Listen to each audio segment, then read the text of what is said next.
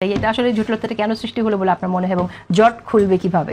জটিলতাটা তৈরি করেছে ঐকমত্য কমিশন, যেটাকে আপনি ইউনুস রিয়াজ কমিশন বলতে পারেন। ইউনুস রিয়াজ কমিশন যেটি করেছে, নিবন্ধিত সব দলকে ডাকে নাই। ফলে এই কমিশনটি আসলে অর্ধেক কমিশন, পুরো কমিশন না। নিবন্ধিত রাজনৈতিক দল সবাইকে ডাকা উচিত ছিল, তারা ডাকেন নাই। তারা তাদের মনের ইচ্ছা মতো জুলাইয়ের পক্ষে জুলাইয়ের বিপক্ষে আগেই ভাগ করেছেন। কে জুলাইয়ের পক্ষে কে জুলাইয়ের বিপক্ষে, এটা তারা কিসের ভিত্তিতে ভাগ করেছিলেন এটার কোনো ডেফিনিশন দিয়েছেন? ওনারা দেন নাই। তারপর তারা যেটা করেছেন, সেখানে যাওয়ার পরে তারা বিভিন্ন প্রস্তাব দিয়েছেন এবং এইখানে যারা আছেন তারা অনেকে সেখানে উপস্থিত ছিলেন, হয়তো হেলাল ভাই ছিলেন না আমার ধারণা, কিন্তু শিশিরমণিকে আমি দেখেছি।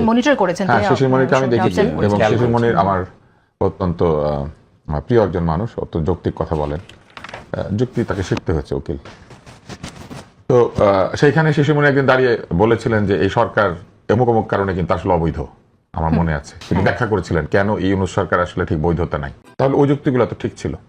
তাহলে মোটামুটি সাংবিধানিকভাবে অবৈধ, কিন্তু সুপ্রিম কোর্ট থেকে রেফারেন্স নিয়ে তৈরি হওয়া একটা সরকার। এবং আমার মনে আছে শিশিরমণি সম্ভবত সেখানে বলেছিলেন যে রেফারেন্স যে দিয়েছে সেই বিচারকদের সিগনেচার কোথায়, এরকম একটা প্রশ্ন মনে আপনি করেছিলেন, বা ওই কাগজটা কোথায়?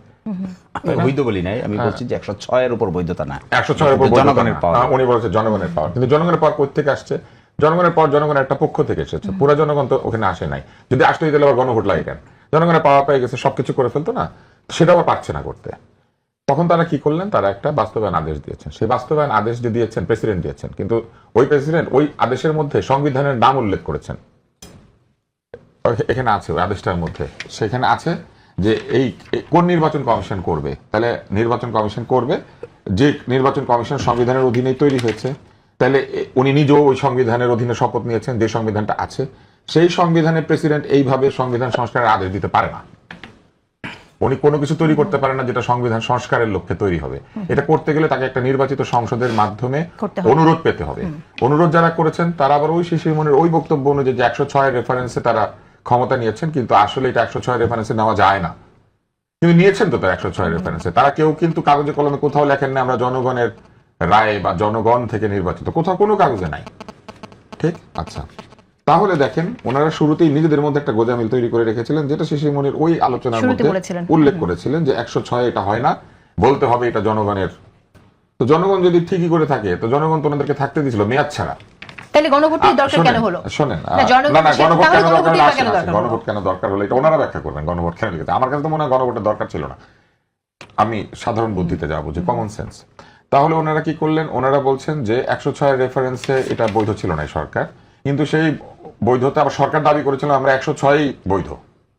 তারপরে সেই বৈধ সরকার প্রেসিডেন্টকে বলেছেন এই আদেশ জারি করতে। এমন একটা গণপরিষদ সংস্কার পরিষদ না, গণপরিষদ না, সংবিধান সংস্কার পরিষদ নামে একটা পরিষদ তৈরি করার জন্য গণভোটের বিধান সহ একটা আদেশ জারি করেছেন, যেটা হচ্ছে সেই আদেশ যেটার কথা আপনি বলছেন। সনদের আদেশের পার্থক্য, সনদের আদেশ যে আলাদা জিনিস, এইটা এই আদেশটার মধ্যেই আছে। কারণ সনদের কিছু কিছু আইন কানুন যেগুলো গণভোটে যাবে, সেগুলো আবার এটার সঙ্গে তফসিল 1 তফসিল 2 করে এটা যুক্ত করা হয়েছে। এখন দেখেন, প্রেসিডেন্ট বলছেন যে সংবিধান সংস্কার করা হবে, তার মানে একটা সংবিধান আছে। তাহলে সেই সংবিধানের যেসব ধারা আছে সেগুলো প্রযোজ্য আছে, কিন্তু আদেশের মধ্যে আবার আছে এত এত এত এত ধারা আছে। 8, 9, 10, 11, 12, 15 অনুচ্ছেদ গণভোটের ইতিবাচক ফল সরকারি গেজেটে প্রকাশের তারিখে কার্যকর হইবে। উক্ত গেজেট প্রকাশের তারিখে ইহার 1, 2, 3, 4, 5, 6, 7, 13, 16 অনুচ্ছেদ কার্যকর হইবে। প্রেসিডেন্ট শুধু বলেই দিচ্ছেন না, কবে কবে কার্যকর হবে ডেট পর্যন্ত বলে দিচ্ছেন।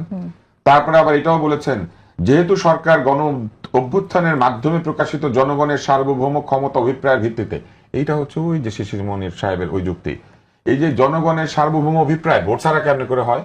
এই সরকার তো বলে নাই তারা বিপ্লবী সরকার, এই সরকার তো বলে নাই যে আমরা এই সংবিধানকে তুলে দিয়েছি। এই সরকার সরকার হওয়ার সময় যে সংবিধানের রেফারেন্স নিয়েছে, নিয়ে এসে কি বলে জানেন, নিয়ে এসে কি বলেছে জানেন, বলে যে না এখন আমরা অভিপ্রায়ের, তো অভিপ্রায় দিয়ে বসে যাইতেন, কোর্টে গেছিলেন কেন?